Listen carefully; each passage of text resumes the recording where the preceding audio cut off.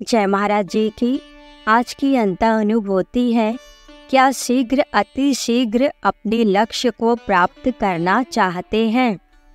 एक दिवस ब्रह्म मुहूर्त की साधना में लगभग 1-1.5 घंटे तक मुझे गुरु महाराज जी का मार्गदर्शन प्राप्त हुआ, पर साधना से उठने के बाद मैं उनमें से केवल कुछ ही बातों को याद रख पाया। मैंने जल्दी से पेन पेपर उठाया और उन सब बातों को लिख लिया।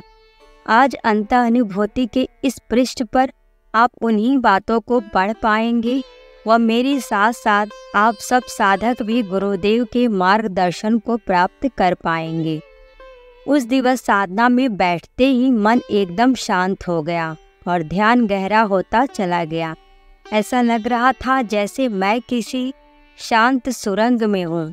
तभी बहुत ही तेज ब्रह्मनाद होने लगा।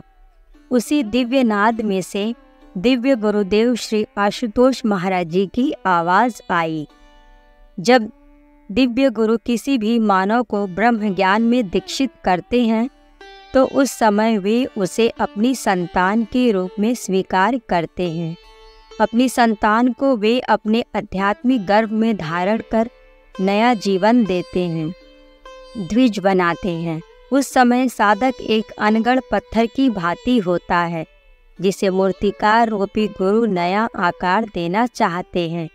जन्म के पश्चात उसे संस्कार देने का कार्य आरंभ होता है। तराशने की इस प्रक्रिया में उसके मन पर कई प्रहार किए जाते हैं। ऐसे में एक साधक को केवल अपने भीतर समर्पण के भावों को रखना चाहिए, क्योंकि गुरु के चरणों में समर्पण के बिना वह गुरु लीला को कभी समझ नहीं पाएगा।